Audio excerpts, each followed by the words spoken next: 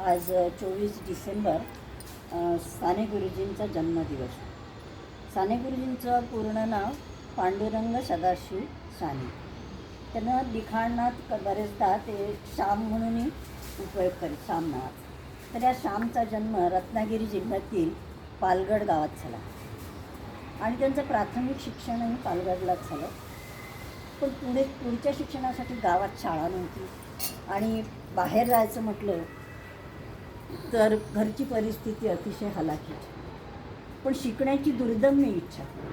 मग कुणीतरी त्यांना सांगितलं की अंश संस्थानात एक आश्रमशाळा आहे, तिथे शिक्षण तर निःशुल्क आहेच, पण राहण्याची आणि जेवणाची व्यवस्थासुद्धा मोफत आहे. आणि मग श्याम त्या आश्रमशाळेत शिकायला येतो. आश्रमशाळेत संध्याकाळी प्रार्थना व्हायची आणि प्रार्थना संपली की सर्व मुलं एकत्र बसून गप्पा गोष्टी करत आपल्या काही अनुभव, काही गमती जमती एकमेकांना सांगत असत. एक दिवशी सर्व मुलं श्यामच्या मागे लागले. श्याम, तू सांग ना काहीतरी, तू रोज आमचं ऐकतोस, तू काहीच बोलत नाहीस. आईच्या आठवणीने श्यामला गरगरून येते. त्याचे डोळे भरून येतात. थरथरत्या ओठांनी तो म्हणतो, गड्यांनो, माझ्यात जे जे काही चांगलं असते ते सर्व माझ्या आईच. तिनेच माझ्या जीवनाला रंग दिला, रूप दिले, आकार दिला. आई माझा गुरु, आई माझा कल्पना.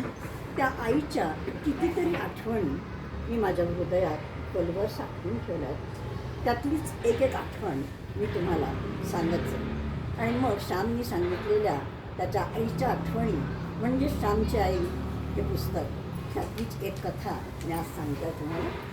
कथेचं नाव आहे सोमवती अमास.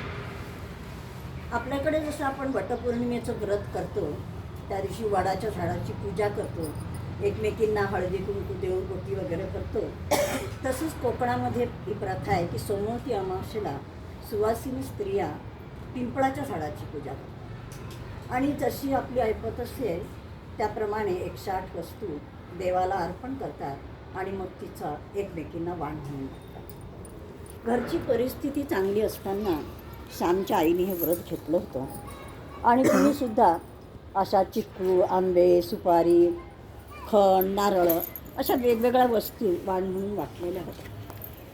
पण आता परिस्थिती बदलली होती. तिलाच खायला पुरेसं अन्न नव्हतं, ती देवाला कुठून द्यावी? तिलाच नेसायला नीटसं वस्त्र नव्हतं, कपडे नव्हते, ती देवाला काय देणार? श्याम आईला विचारतो, आई, या सोमवतीला काय म्हणणार गं तू देवाला? आई काहीच बोलत नाही. श्याम पुन्हा विचारतो, चिक्कू वाहतेस का? आंबे आणून देऊ का? सुपाऱ्या वाहतेस का? त्याची सतत बडबड सुरू असते. आणि मग शेवटी आई वैतागते आणि श्यामला चिडून म्हणते, श्याम, अरे घरात विष खायला दमली नाही, गळफास लावायचा तर सुतळीचा तोडा नाही, कोठून आणायचे तरी पैसे? पैशाचं झाड काय आपल्या अंगणात? श्याम बिचारा आई रागवलेली ओळखून हिरमस लावली. पण त्याच्या मनात एकच प्रश्न असतो, आई वाहणार तरी काय देवा? तो आईला पुन्हा विचारतो, आई, 108 चिंचोके वाहिले तर नाही का गं चालणार? देव रागवणार तर नाही ना? आई त्याच्या पाठीवर प्रेमाने हात फिरून म्हणते, नाही रे, देव नाही रागवणार. तुला माहीत नाही का?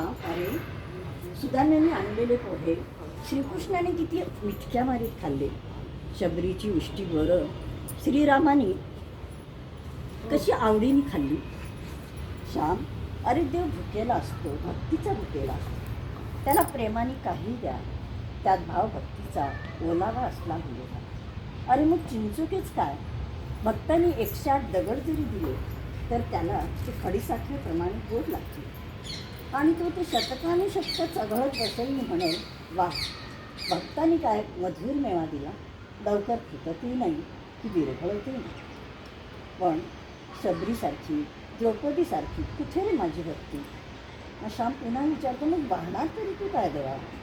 ती म्हणते, यावर्षी मी 108 फुलंच वाहायचं ठरवलं. श्यामला वाईट वाटतं. तो म्हणतो, आई, तू फुलं वाहिलेली बघून पारावर जमलेल्या बाळा हसतील रे तुला, तुझी चेष्टा करतील. तू वाहिलेलं फूल कोणीसुद्धा घेणार नाही. आई म्हणते, ज्यांना घ्यावंसं वाटलं ते घेऊच, नाहीतर ते देवाच्या पायावर तसंच पडू नये. आईचा निर्धार बघून. आणि मग आई म्हणते की नाही मिळाली 108 फुलं तर पानंसुद्धा चालतील की नाही. श्यामचा निर्धार बघून, आईचा निर्धार बघून श्याम म्हणतो, खरंच गं आई, देवाला फुलांपेक्षा पानंच अधिक प्रिय का असतात? गणपतीला दुर्वा, महादेवाला बिल्वपत्र, श्रीकृष्णाला मंजिरी असल्याशिवाय पूजा कधी पूर्णच होत नाही. आई म्हणते, अरे फुलं ही विशिष्ट ऋतूतच फुलतात, पानं मात्र सदैव असतात. माझ्यासारख्या गरीब स्त्रीला कधीही देवाला वाहताना अडचण पडू नये, दुसऱ्यांनी वाहिलेल्या वस्तूचा हेवा वाटू नये, मत्सर वाटू नये, म्हणूनच देवाला फुलांपेक्षाही पानं अधिक प्रिय असतात. आणि म्हणूनच दान देताना सुद्धा एक तुळशीपत्र देऊन दान देण्याची पद्धत. तर मैत्रिणींनो, अशी होती श्यामची आई, गरिबीत राहून आनंदानं जगणार, कोंड्याचा मांडा करून सत्व आणि सत्व जपणार, फुलापाखरांवर, झाडामाडांवर, पशुपक्ष्यांवर, शेजारा पाजारांवर भरभरून प्रेम करणार, शरीराला घाण लागू नये म्हणून जपायला सांगणार, तशीच मनाला घाण लागू नये म्हणून जप, अशी शिकवण देणारी ही श्यामची आई. सगळ्यांनी कदाचित हे पुस्तक महाराष्ट्रात घरोघरी पोचलं असेल, प्रत्येकाने वाचली असेल, त्यांनी वाचलं नसेल त्यांनी जरूर वाचावं अशी अपेक्षा करते. मी माझी कथा सांगते. वाह.